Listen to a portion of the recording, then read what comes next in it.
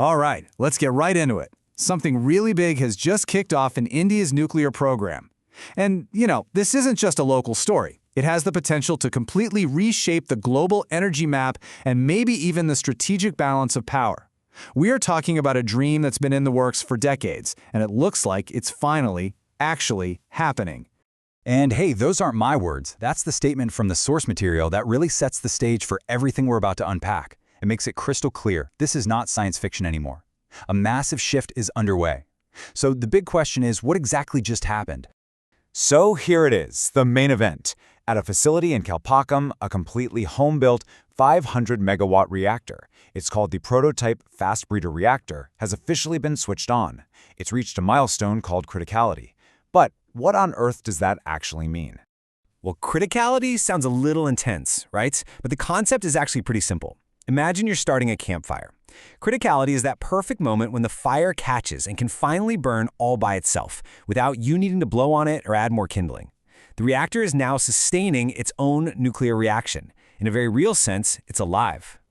You see, getting to criticality is the single most important first step. It's the moment of truth that proves the whole design works. From here, the next steps are to make sure that reaction is stable, and then the final payoff, hooking it up to the grid and generating electricity for millions of people. And this is where things get, well, pretty revolutionary. Because this is not your standard issue nuclear reactor. It's what's known as a fast breeder reactor. Think of it as an incredibly efficient engine that doesn't just burn fuel to make power, it also creates new fuel in the process. I mean, get this, it's designed to produce more fuel than it actually uses up. It's a game changer. To really understand the sheer power we're talking about, just look at this comparison.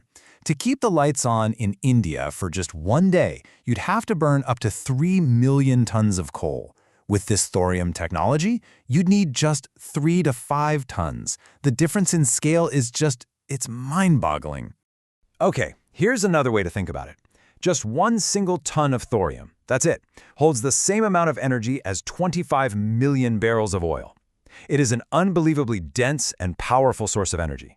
So you might be wondering, why is this such a big deal for India in particular? Well, it's pretty simple. The country just happens to be sitting on a full quarter of the entire planet's known reserves of thorium. For decades, they've had the key, and now they've finally built the engine that uses it. So when you put all of that together, what's the ultimate potential here? If this tech can be scaled up, it could give the country clean, reliable energy for, and the source is clear on this, thousands of years. We're talking about a leap from energy dependency to total energy freedom. But believe it or not, the story doesn't stop with energy. This achievement puts India into a very, very exclusive club. Before this, Russia was the only country to successfully operate a commercial-scale fast breeder reactor. Now, there are 2. And this is where the plot really thickens. According to the source, India's fast breeder program operates completely outside of international atomic inspections. Now, this gives it strategic autonomy, and the source notes that the same technology could, potentially, be used to create materials for nuclear warheads, giving them the option to expand their stockpile. Which brings us to this incredibly potent line from the source material. The takeaway is clear. Turning on this reactor isn't just about electricity. It's about a fundamental shift in strategic power on the world stage. So, let's just boil it all down. What's the transformation we're looking at? It's a potential move from relying on other countries for energy to being completely self-reliant, from worrying about running out of fuel to having power for millennia, and from operating under international scrutiny to having total strategic freedom. And that really is the question this leaves us with. The implications of this one event are massive, touching everything from climate policy to geopolitics. India's thorium dream has officially begun, and you can be sure the entire world is going to be watching what happens next.